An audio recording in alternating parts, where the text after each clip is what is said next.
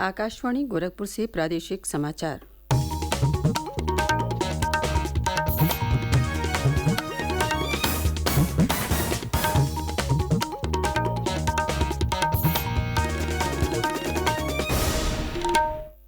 नमस्कार। समाचार बुलेटिन के साथ मैं सुषमा श्रीवास्तव। पहले मुख्य समाचार।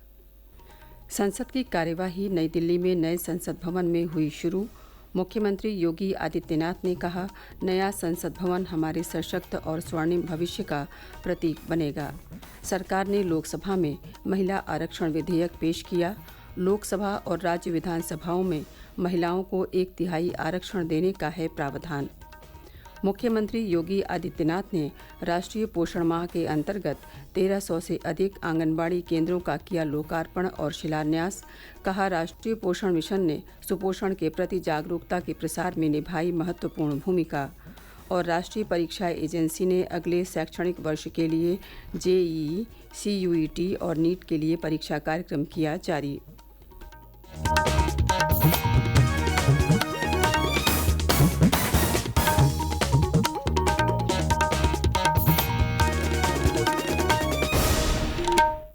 और अब समाचार विस्तार से। संसद के विशेष सत्र की कार्यवाही कल नई दिल्ली में नए संसद भवन में शुरू हुई। उपराष्ट्रपति जगदीप धनखड़ ने कहा कि नया संसद भवन भारत की समृद्ध सांस्कृतिक विविधता का प्रतिबिंब है तथा राष्ट्रीय गर्व, एकता और पहचान का प्रतीक है। इस अवसर पर प्रधानमंत्री नरेंद्र मोदी ने कहा कि आज देश नए संसद भवन में नए भविष्य की शुरुआत की ओर बढ़ रहा है। श्री मोदी ने कहा कि पुराना संसद भवन संविधान सदन के नाम से जाना जाएगा। प्रधानमंत्री नरेंद्र मोदी कल दोपहर करीब 1 बजे सभी सांसदों के साथ पुराने संसद भवन से पैदल चलकर नए संसद भवन पहुंचे।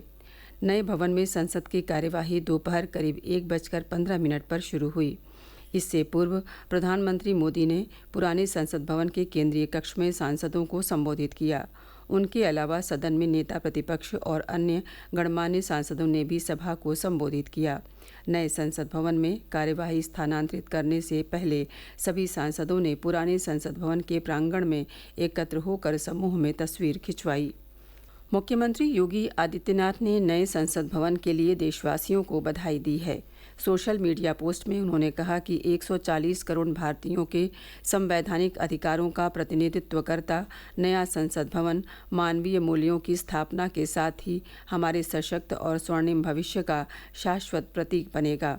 उन्होंने विश्वास व्यक्त किया कि नया संसद भवन प्रधानमंत्री नरेंद्र मोदी के नेतृत्व में एक भारत श्रेष्ठ भारत की अविराम यात्रा को और गति प्रदान करेगा।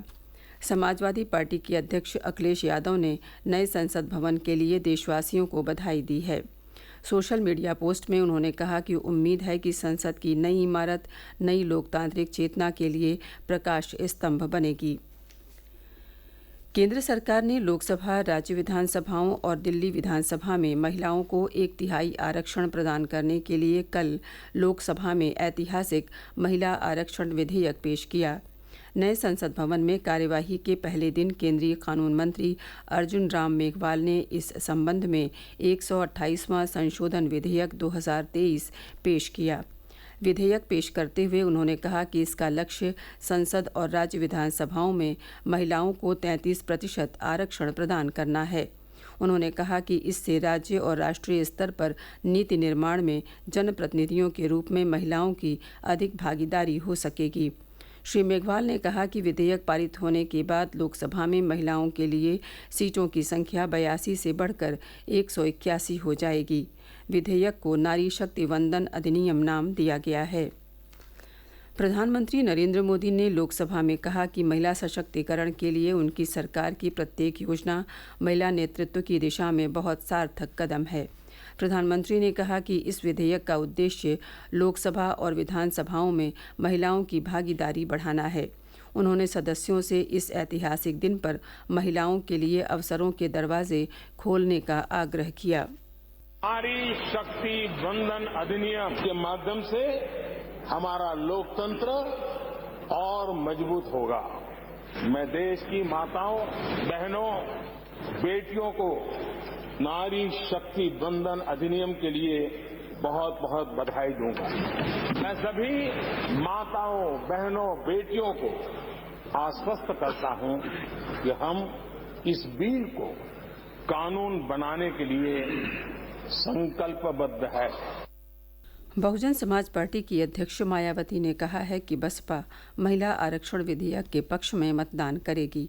लखनऊ में कल प्रेस वार्ता में उन्होंने कहा कि उन्हें आशा है कि अधिकांश दल इस विधेयक के समर्थन में मतदान करेंगे और महिला आरक्षण विधेयक इस बार पारित होगा। प्रादेशिक समाचार आप आकाशवाणी गोरखपुर से सुन रहे हैं। ये समाचार बुलेटिन हमारे YouTube channel AIR news Gorakhpur और ट्विटर हैंडल AIR न्यूज़_GKP पर भी उपलब्ध है। मुख्यमंत्री योगी आदित्यनाथ ने राष्ट्रीय पोषण माह के अंतर्गत कल लखनऊ में 1359 आंगनबाड़ी केंद्रों और 171 बाल विकास परियोजना कार्यालयों का लोकार्पण और शिलान्यास किया। उन्होंने 2,90,000 आंगनबाड़ी कार्यकर्तियों और सहायिकाओं के बैंक खातों में यूनिफॉर्म के लिए 29 करोड़ रुपए की धनराशि भेजी। इस अवसर पर अपने संबोधन में मुख्यमंत्री ने कहा कि प्रधानमंत्री नरेंद्र मोदी ने वर्ष 2018 में राष्ट्रीय पोषण मिशन की शुरुआत की थी। उन्होंने कहा कि ये इस अभियान की 6वीं वर्षगांठ है। उन्होंने कहा कि राष्ट्रीय पोषण मिशन ने गर्भवती महिलाओं और धात्री माताओं को सुपोषित करने और इस संबंध में जागरूकता बढ़ाने में महत्वपूर्ण भूमिका निभाई है। श्री योगी ने कहा कि सरकार आंगनबाड़ी कार्यकर्तियों को विभिन्न सुविधाएं उपलब्ध करा रही है। उन्होंने कहा कि आंगनबाड़ी कार्यकर्तियों को स्मार्टफोन देकर हर गतिविधि को उसके माध्यम से ऑनलाइन अपलोड करने की सुविधा दी गई है। उत्तर प्रदेश के अंदर शिशु मृत्यु दर इसमें काफी गिरावट आई है और मातृ मृत्यु दर, इस शिशु मृत्यु दर, कौन से शिशु इसके शिकार होते थे? जो कुपोषित हैं। कौन सी माताएं इसकी चपेट में आती थीं? जो कुपोषित थी। जब उन्हें पोषण आहार मिलने लग गया तो उसके बाद धीरे धीरे करके सुधार हुआ और शिशु मृत्यु दर कंट्रोल हुआ, मातृ मृत्यु दर भी कंट्रोल हुआ है। और आज उसी का परिणाम है कि यह कार्यक्रम आज किस रूप में आगे बढ़ा है। प्रदेश के अंदर महिला स्वयंसेवी समूह आंगनबाड़ी केंद्रों तक आज जो पोषाहार पहुंचा रही हैं, अब ये बाहर से नहीं आता है। एक समय उत्तर प्रदेश के अंदर पोषाहार वितरण में उत्तर प्रदेश का सबसे बड़ा शराब माफिया इसको सप्लाई करता था। मैंने कहा भी नहीं, एक ऐसा मैकेनिज्म बनाओ जिसमें महिलाओं से जुड़ा हुआ, प्रदेश की ही महिलाएं इसके साथ जुड़े, उनको ये दायित्व दो। अकादमिक वर्ष 2024-25 के स्नातकोत्तर कार्यक्रमों के लिए संयुक्त विश्वविद्यालय प्रवेश परीक्षा CUET अगले साल 11 मार्च से 28 मार्च के बीच आयोजित की जाएगी। विश्वविद्यालय अनुदान आयोग के अध्यक्ष M जगदीश कुमार ने बताया है कि स्नातक कार्यक्रमों के लिए CUET परीक्षा अगले वर्ष 15 मई से 31 मई तक आयोजित की जाएगी। उन्होंने कहा कि राष्ट्रीय परीक्षा एजेंसी इसका आयोजन करेगी। परीक्षा के 3 सप्ताह के भीतर परिणामों की घोषणा कर दी जाएगी। संयुक्त प्रवेश परीक्षा JEE की मुख्य परीक्षा वर्ष 2024 में 2 सत्रों 24 जनवरी से 1 फरवरी तथा 1 अप्रैल से 15 अप्रैल के बीच आयोजित की जाएगी।